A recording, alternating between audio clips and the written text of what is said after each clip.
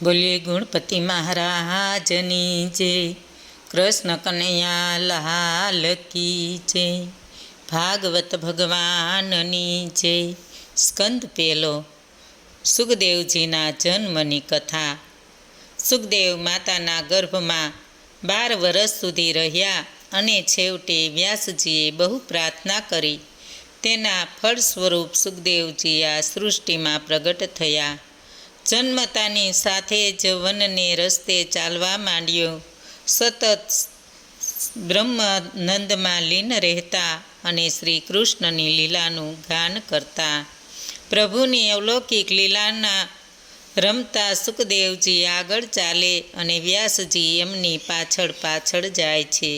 હે પુત્ર ઊભો રહે એમ બોલતા પાછળ પાછળ જાય છે.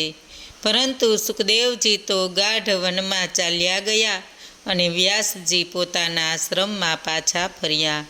ત્યાર પછી તેમણે મનમાં વિચાર કર્યો કે આ મારી વૈરાગી પુત્રને સંસારમાં મારા ઘરમાં કેવી રીતે લાવવું. આ વિચાર આવતા જ તેમણે શ્રીમદ ભાગવત ગ્રંથ ખોલ્યો.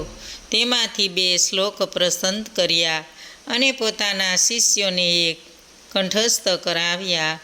તેમણે પોતાના શિષ્યોને કહ્યું, તમે આ શ્લોકો સુમધુર અવાજે ગાતા ગાતા વનમાં ફરજો. શિષ્યો જે વનમાં સુખદેવજી ફરતા હતા ત્યાંથી વ્યાસજીનું શીખવેલું ગાણું ગાતા ગાતા આમ તેમ ફરવા લાગ્યા. આ 2 શ્લોકો કાન પર અથડાતા જ સુખદેવજી વિચારમાં પડી ગયા કે જે શ્લોકોના માત્ર શ્રવણને લઈ જો સમાધિ લાગી જતી હોય તો તેના રચયિતા કેટલા મહાન હશે.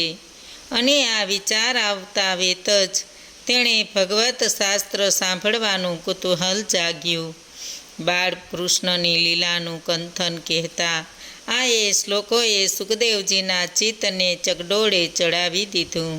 સૂતજી કહે છે, વ્યાસજીને 18,000 શ્લોકોનો સમાવેશ કરીને ભાગવત ગ્રંથની રચના કરી છે.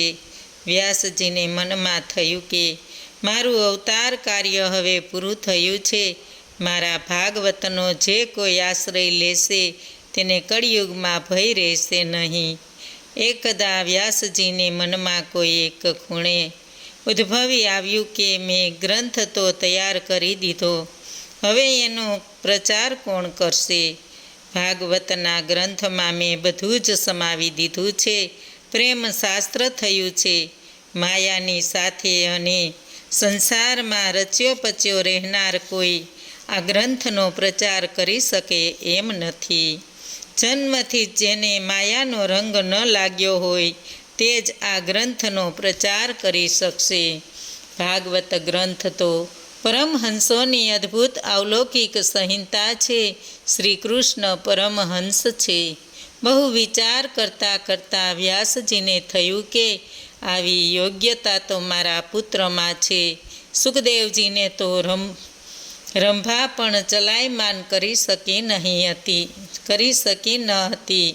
એમ કહેવાય છે કે નારીઓમાં રંભા જ સુખદેવજીને સંસારની મોહજાળમાં ફસાવા આવી છે. ચલાયમાન કરવા આવી મનુષ્યના ભોગ માટે છે. સંતોનું જીવન સાધુ સંન્યાસીની જીવન વૃથા છે.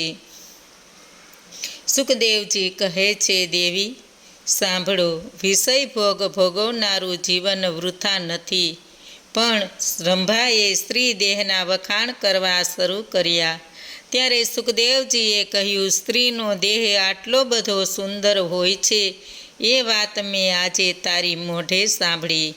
મને ખબર ન હતી, પણ હવે જ્યારે મારે જન્મ લેવાનું થાય ત્યારે તારા જેવી સુંદર માતા શોધીશ, જેથી મારો જન્મ સાર્થક બને.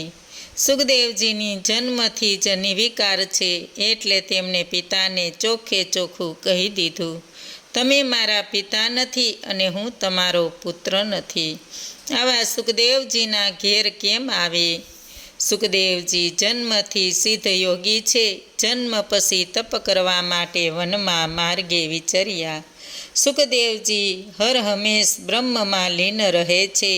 બ્રહ્મચિંતન કરે છે હવે તેમને કેવી રીતે બોલાવવા વનોમાંથી ઘેર આવે તો તેમને ભાગવત કથા ભણાવું ને, અને ત્યાર પછી તેઓ તેનો પ્રચાર કરે, એવો વિચાર વ્યાસજી કરે છે. શ્રી કૃષ્ણના સ્વરૂપનું વર્ણન ન થઈ શકે, શ્રી કૃષ્ણના સ્વરૂપનો પાર પામી શકે એવો કોણ છે?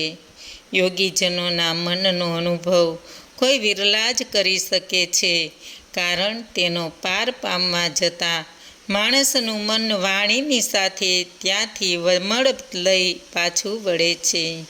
શ્રી કૃષ્ણનું સ્વરૂપ અદ્ભુત અલૌકિક છે. એનું સ્વરૂપ યોગીજનોના ચિત્તને પણ આકર્ષે છે. આવો કૃષ્ણ સુખદેવજી જેવા યોગીજનને શું નહીં આકર્ષી શકે? સુખદેવજી નિર્ગુણ બ્રહ્મમાં લીન રહે છે.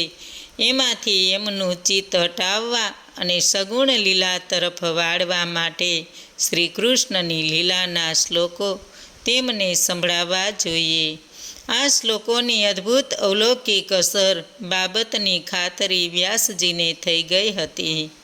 આ કામ માટે વ્યાસજીએ પોતાના શિષ્યોને તૈયાર કર્યા, શિષ્યોને વાત કરી, શિષ્યોને વનમાં હિંસક પશુઓ અંગેનો ભય વ્યક્ત કર્યો. ત્યારે વ્યાસજીએ તેમણે કહ્યું, જંગલમાં ચાલતા ચાલતા તમે ભાગવતના શ્લોકો બોલજો. શ્રી કૃષ્ણ મારી સાથે છે એવો દ્રઢ ભાવ મનમાં રાખીને શ્રી કૃષ્ણ ગોવિંદ હરે મુરારી, શ્રીનાથ નારાયણ વાસુદેવાય બોલતા ચાલતા જજો, તમારા વાળ વાંકો નહીં થાય. ઋષિકુમારો વ્યાસજીના શિષ્યો નીકળ્યા છે. ભય લાગતા ભાગવતના શ્લોકો બોલવા લાગે છે. આ શ્લોકો સાંભળતા જ વનમાં હિંસક પશુઓ શાંત બને છે. પશુઓ પણ ભાગવતના શ્લોકોની અસર થાય છે. પણ આજે માણસોના મન પર આ શ્લોકોની અસર થતી નથી. જે શ્લોકો પશુ પક્ષીઓને મંત્રમુગ્ધ કરી શકે છે તે શ્લોકો શું સુખદેવજીને ન સ્પર્શે? સુખદેવજીના મનને વાળવા માટે વ્યાસજીએ આ યુક્તિ કરી હતી. સુખદેવજી સમાધિસ્થ અવસ્થામાં બેઠા હતા. ત્યાં આવીને ઋષિકુમારોએ મધુર સાદે ભગવાનના શ્લોકો બોલે છે. સુખદેવજીનું મન ગંગાજળ જેવું સ્પષ્ટ હતું. નદીના કે સમુદ્રના જળ સ્થિર અને સ્વસ્થ હોય તો તેમાં કોઈ પણ પ્રતિબિંબ સ્પષ્ટ દેખા દે છે. શબ્દના નાદમાંથી રૂપદ્રષ્ટિ જાગૃત થાય છે. પ્રભુના દર્શનની ઝાંખી થાય છે. શ્લોકના શબ્દોએ સુખદેવના મનને કામણ કર્યું. સ્નાન કરી સંધ્યા વંદન કરી સમાધિમાં બેસવાના હતા ત્યાં ભાગવતના મધુર શ્લોકોએ મન હરી લીધું. સંસારમાં રહીને પણ કામ સુખને જે ભૂલી જાય છે તે શ્રી કૃષ્ણ કીર્તન કરી હરિના દર્શનનું ફળ મેળવે છે. સુખદેવજીના મન પ્રદેશ પર ભાગવતના શબ્દ જડાઈ ગયા. શ્રી કૃષ્ણના મધુર મનોરમ્ય સ્વરૂપમાં ચિત્તવૃત્તિએ પર્દાપણ કર્યું. વાહ મારા પ્રભુ! સુખદેવજીનું અંતર એકદમ પોકારી ઉઠ્યું. પ્રભુ તારી ગતિ ન્યારી છે. સગુણ આકારમાં પ્રભુને મળવાનું મન થયું. શબ્દો જે સ્વરૂપનું વર્ણન કરે છે, ઝાંખી જ્યારે ઈશ્વરના સ્વરૂપ જોવા માટે મનમાં રમખાણ મચાવે તો તેનું સ્પષ્ટ દર્શન શું ન કરે? હું તો નિર્વસ્ત્ર ફરું છું, સર્વનો ત્યાગ કરીને બેઠો છું. શ્રી કૃષ્ણ વસ્ત્ર સજ્જ છે, મોર મુકુટધારી એ કનૈયો શ્રી કૃષ્ણ મારી પાસે કાંઈ માગે તો હું શું આપું? સુખદેવજીના મનમાં દ્વિધા જાગી. નિરાકારને ભજું કે સાકાર પ્રભુને? યશોદાનો કાનો માખણ માગે ક્યાંથી લાવીશ? હું શું કરું? સાકાર બ્રહ્મનું ચિંતન ના કરું? નિરાકાર બ્રહ્મા જ મારું શ્રેય છે. નિરાકાર બ્રહ્મને ખપતું નથી. સુખદેવજી વિચારના ચાકડે ચડ્યા હતા અને નિર્ણયની એરણ પર હથોડો મારે ત્યાં શ્રીમદ ભાગવતનો બીજો શ્લોક કાને પડ્યો. પૂતના ઝેર ચોળીને આવી હતી. ઈશ્વરના ગામમાં વાસનાનું ઝેર મનમાં રાખીને હૃદયમાં ભંડારીએ, પણ પરમાત્માના દર્શન કરવા જઈએ તો પરમાત્માના દર્શન ન થાય. પૂતના માતા બનીને આવેલી માતાની જેમ સ્તનપાન કરાવનાર પૂતનાને પણ પ્રભુએ કૃષ્ણએ સદગતિ આપી. એવા શ્રી કૃષ્ણને માખણ નથી જોઈતું, એ તો પ્રેમના ભૂખ્યા છે. મનગમતી વસ્તુ મળવાથી જે ખુશ થઈ જાય એ જીવ છે. પ્રેમને લઈ જે ખુશ થઈ જાય એ ઈશ્વર છે. પ્રભુને પ્રેમ ગમે છે, તમે તેને પ્રેમ ભાવ આપો. ભક્તિ કરો તો તે રાજી થઈને તમારા કામ કરે છે. એવા પ્રભુને છોડીને કોને શરણે જાવું? સુખદેવજીનું મન દીધા અનુભવતું હતું. કૃષ્ણ મારી પાસે માગશે તો હું શું આપીશ? મનમાં નિવારણ મળી ગયું. બોલી ઉઠ્યા, અહીં શ્લોકો કોણ બોલે છે? તરત જ શિષ્ય મુનિગણ બહાર આવ્યા અને બોલ્યા, અમે વ્યાસજીના શિષ્યો છીએ. આ મંત્રો પણ અમને આપ્યા છે. આ તો કેવળ એ નમૂના શ્લોક છે. મંત્ર તો આવા મંત્ર સ્વરૂપે શ્લોકો વડે વ્યાસજીએ શ્રીમદ ભાગવતનો અનુપમ ગ્રંથ લખ્યો છે. સુખદેવજીએ ભાગવતના શ્લોકોની સંખ્યા પૂછી તો મુનિવૃંદે 18,000ની બતાવી. ખુલ્લી આંખ સમક્ષ આ શ્લોકોના ઉદ્ગારથી ચિત્ત ખડુક થઈ જાય છે. સુખદેવજીના ચિત્તને ઘેલું લાગ્યું. મારા પિતા વ્યાસજીને હું સમજી ન શક્યો. તેનો સાચો અધિકારી તો હું જ છું. એમની પાસે સામે ચાલીને જઈશ અને ભાગવતની અનુપમ અવલૌકિક કથાનું રસપાન કરીશ. નિસ્પૃહા જીવને સુખદેવજીને આજે પિતા પાસે બેસીને શ્રીમદ ભાગવતની કથા ભણવાની ઈચ્છા જાગૃત થઈ આવી. નાદ બ્રહ્મે સુખદેવજી જેવા યોગીજનને શ્રી કૃષ્ણ લીલાનું ઘેલું લગાડ્યું. નિર્ગુણ બ્રહ્મે સાકાર સ્વરૂપમાં પ્રીતિ દાખવી. સુખદેવજી વ્યાસજીના ઘેર આવ્યા. આવતા વેત જ સુખદેવજીને પિતાને સાષ્ટાંગ દંડવત પ્રણામ કર્યા. પુત્રને પ્રણામ કરતો ભાળી વ્યાસજીએ તેને સાતી સરસો ચાંપી દીધો. સકામ નિષ્કામનું મિલન થયું, સગુણ નિર્ગુણનું મિલન થયું. આકાશમાં જય જયકાર થયો. નિસ્તબ્ધ બનેલી છાતી ગદગદિત થઈ ગઈ. આંખમાંથી અશ્રુધારા ચાલી. સુખદેવજી બોલ્યા, પિતાજી, 12 વર્ષનું હું તમને ઓળખી ન શક્યો. એનું દુઃખ મને સતાવે છે. આપના ભાગવતના 2 શ્લોકોએ મને મંત્રમુગ્ધ કરી દીધો છે. પિતાજી, મને ભાગવત કથાના એ શ્લોકો ભણાવો. પુત્રના શબ્દો સાંભળીને વ્યાસજી રાજી થઈ ગયા. ધન્ય છે સુખદેવજી, તમને ધન્ય છે. આજે હું કૃત્ય થયો છું. વ્યાસજીએ સુખદેવજીને શ્રીમદ ભાગવત ભણાવ્યું. આ ખરા અંતરથી શ્લોકનું અણીશુદ્ધ અર્થકરણ કરીને શીખવ્યું. આમ ભાગવત કથાના પ્રચાર અને પ્રચારનું સાધન સુખદેવજી બન્યા. સૂતજી બોલ્યા, સોનક, આશ્રય ન કરી. ભગવાનના ગુણો એવા મધુર રસથી સભર છે કે તે સર્વ જીવોને સ્પર્શે છે. તે સુખદેવજીના દિલને સ્પર્શે. એમાં આશ્રય કરવા જેવું છે શું? જે માણસો જ્ઞાની છે, જેમની અવિદ્યાની ગાંઠ ખુલી ગઈ છે, જે લોકો આત્મમાં જ ચિંતામગ્ન થઈને આત્મસુખનો અનુભવ કરે છે, તેઓ પણ ભગવાનની હેતુરહિત ભક્તિના ગુણગાન કરે છે. ભગવાનના ગુણો સર્વજનોના ચિત્તને સ્પર્શી જાય છે, મનને આકર્ષે છે. ભગવાનની કથામાં મન તરબોળ થઈ જાય છે, એટલે ભૂખ તરસનું ભાન પણ રહેતું નથી. તેથી તો 10મા સ્કંધમાં પ્રથમ અધ્યાયમાં રાજા પરીક્ષિત કહે છે કે એક સમય એવો હતો કે મને ભૂખ તરસ લાગતી હતી અને તેને વંશ થવું પડતું. હવે ભગવાનની કથાએ મને એવો ભક્તિ રસમાં ડૂબાડી દીધો કે ભૂખ તરસ જેવી વસ્તુ નજીક ફરકતી પણ નથી. હવે દુઃસહ ભૂખ તરસે એ મને દુઃખ દેતી નથી. હવે સુખદેવજીએ પરીક્ષિત રાજાને ભાગવત કથા કહી સંભળાવી.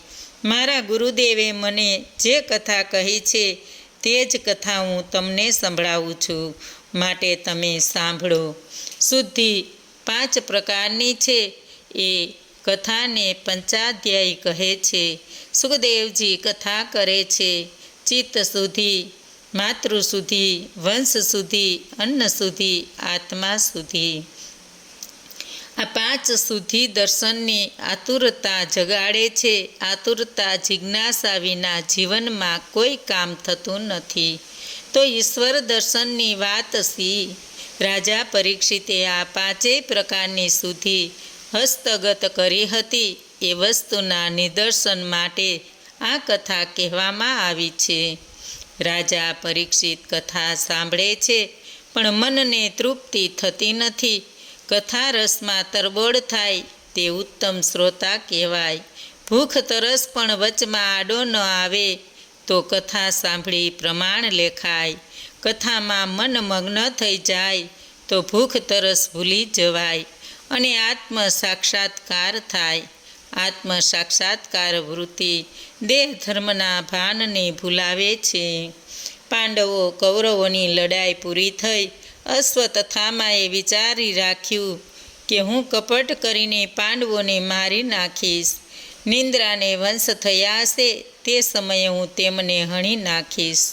કુદરતનો નિયમ છે કે જેને પ્રભુ રાખે રક્ષા કરે તેનો વાડ વાંકો આ સંસારનો કોઈ પણ જીવ કરી શકે એમ નથી.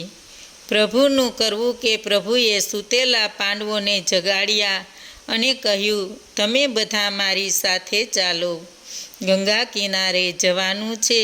પાંડવોને પ્રભુ શ્રી કૃષ્ણ પર પૂરેપૂરો વિશ્વાસ, એટલે પ્રભુ શ્રી કૃષ્ણને ઈશારે ગંગા કિનારે આવ્યા. પ્રભુના કહેવા છતાં દ્રૌપદીના પુત્રો આવતા નથી. બાળક બુદ્ધિ કહેવાય ને. અમને ઊંઘ આવે છે, ઊંઘવા દ્યો અમને. પરિણામ એ આવ્યું કે અશ્વત્થામાએ પાંડવોના 5 પુત્રોને મારી નાખ્યા. દુઃખમાં ડાપણ દોડે છે. માગો તો પ્રભુ પાસે દુઃખ માગજો. જે બધી રીતે સુખી સંપન્ન હોય છે તેનામાં નમ્રતા નથી આવતી. તે કોઈને નમતો નથી. કહ્યું છે, જે નમે છે તે પ્રભુને ગમે છે. દ્રૌપદી પુત્રોના મરણને લઈ રડે છે. શ્રી કૃષ્ણને દયા આવતી નથી. તમે જોજો, દરેક મહાનુભાવ પર દુઃખના ડુંગરા આવ્યા છે. પ્રભુ શ્રી કૃષ્ણએ વિચાર્યું કે પાંડવોને પૃથ્વી પરનું રાજ્ય મળ્યું છે. સંતતિ અને સંપત્તિ બંને છે. એમની પાસે પાંડવો બધી રીતે સુખી થાય એ પ્રભુને ગમ્યું નહીં. સુખમાં પાંડવો કદાચ અભિમાનને ચાળે ચડી જાય તો તેમના પતન થવાનું છે. શાન ભાન ઠેકાણે લાવવા માટે પ્રભુને કોઈ વાર નિષ્ઠુર બનવું પડે છે અને તેથી પ્રભુએ પાંડવોને થોડુંક દુઃખ દીધું. દુઃખના દિનોમાં પ્રભુ ગુપ્ત રીતે સહાય કરે છે. પ્રભુમાં શ્રદ્ધા હોય તેને આ વાત સમજાય છે. અશ્વત્થામાને અર્જુન બને લડે છે. અર્જુને અશ્વત્થામાને મારી નાખવાની પ્રતિજ્ઞા લીધેલી છે, પરંતુ તેની હિંમત થતી નથી કે મારી નાખું. ગુરુપુત્ર એક રીતે ગુરુનું સ્વરૂપ છે, એટલે અર્જુન તેને બાંધ્યો અને ખેંચી તાણીને દ્રૌપદી પાસે લાવ્યો. દ્રૌપદી બેઠી બેઠી પુત્ર શોકને લઈ રુદન કરે છે. અશ્વત્થામાને બાંધેલો અને ખેંચી લાવતો જોઈને દ્રૌપદી ઉઠીને દોડ્યા, છોડાવ્યા અને અશ્વત્થામાને વંદન કરે છે અને બોલ્યા, મારે આંગણે આવેલો બ્રાહ્મણનું અપમાન મારાથી જોવાતું નથી. પોતાના 5 પુત્રોને મારનારને દ્રૌપદી વંદન કરે છે. બ્રહ્મજન વંદનીય છે. ભાગવત કથા સાંભળ્યા પછી વેરની ભાવના ભૂલી જજો. વેરની શાંતિ પ્રેમથી થાય છે. શત્રુ આંગણે આવે તો તેને વંદન કરજો, તેનામાં પરિવર્તન આવશે. દ્રૌપદી વંદનને લઈ અશ્વત્થામા વિચારમાં પડી ગયા અને બોલ્યા, દ્રૌપદી, લોકો તારા જે વખાણ કરે છે તેનું સાચું રહસ્ય મને આજે સમજાયું. તે વેરનો બદલો પ્રેમથી આપ્યો છે. મને તારા વખાણ કરું એટલા ઓછા છે. દ્રૌપદીના ગુણને લઈ વ્યાસજી પણ તન્મય થઈ ગયા હતા.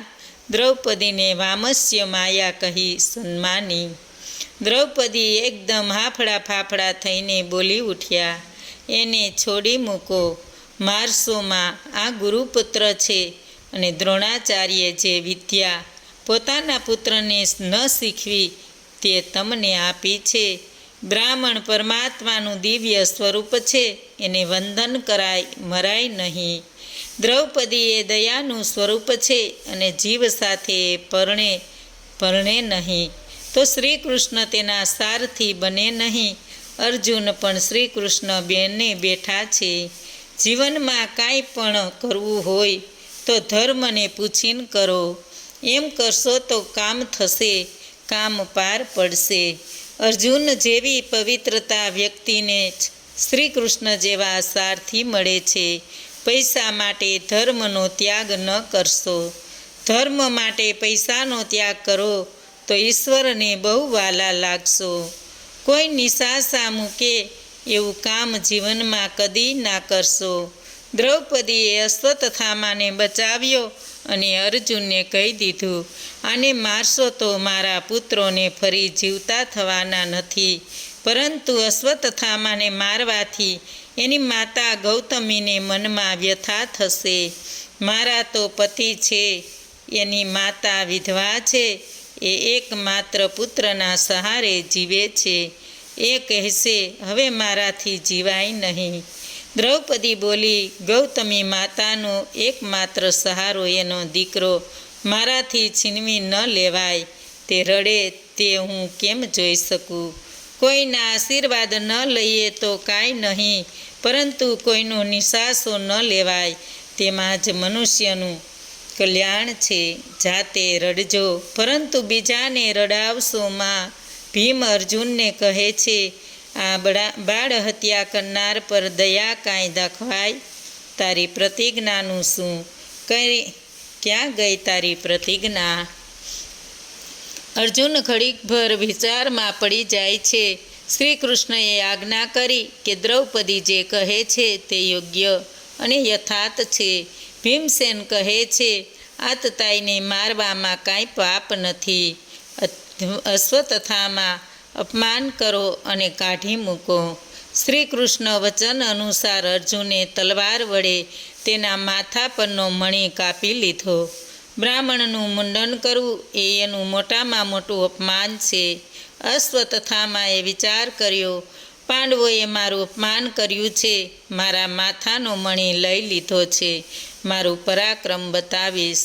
ઉત્તરાના પેટમાં ગર્ભ છે, ઉત્તરા સગર્ભા છે અને તે પાંડવોને ઉત્તરાધિકારી છે. એ ગર્ભનો નાશ થાય તો પાંડવોના વંશનોય નાશ થાય. આ પ્રમાણેનો વિચાર કરીને ગર્ભના નાશ માટે અશ્વત્થામાએ બ્રહ્માસ્ત્ર છોડ્યું. ઉત્તરા આકુળ વ્યાકુળ થાય છે, પ્રભુને યાદ કરે છે. ઈશ્વરનું જો વારંવાર સ્મરણ કરે છે તો ભાવના શુદ્ધ થાય છે, ભાવનાને બળ મળે છે. બ્રહ્મશાસ્ત્રને લઈ ઉત્તરાનું શરીર બળતું હતું. દોડતી દોડતી તે કૃષ્ણના આશરે જાય છે.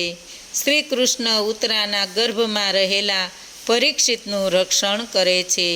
જીવ માત્રનું રક્ષણ માતાના ગર્ભમાં ઈશ્વર કરે છે. જન્મ લીધા પછી ઈશ્વર એનું રક્ષણ કરે છે. માટે તમારા મનનું દુઃખ પરમાત્માને કહેજો, જગતના જીવોને કહેશો નહીં. માતાના પેટમાં જ પરીક્ષિતને પરમાત્માના દર્શન થયા. તેથી જ પરીક્ષિત શ્રેષ્ઠ શ્રોતા ગણાય છે. દેવકીને પણ ભગવાને એની પ્રતીતિ કરાવી છે.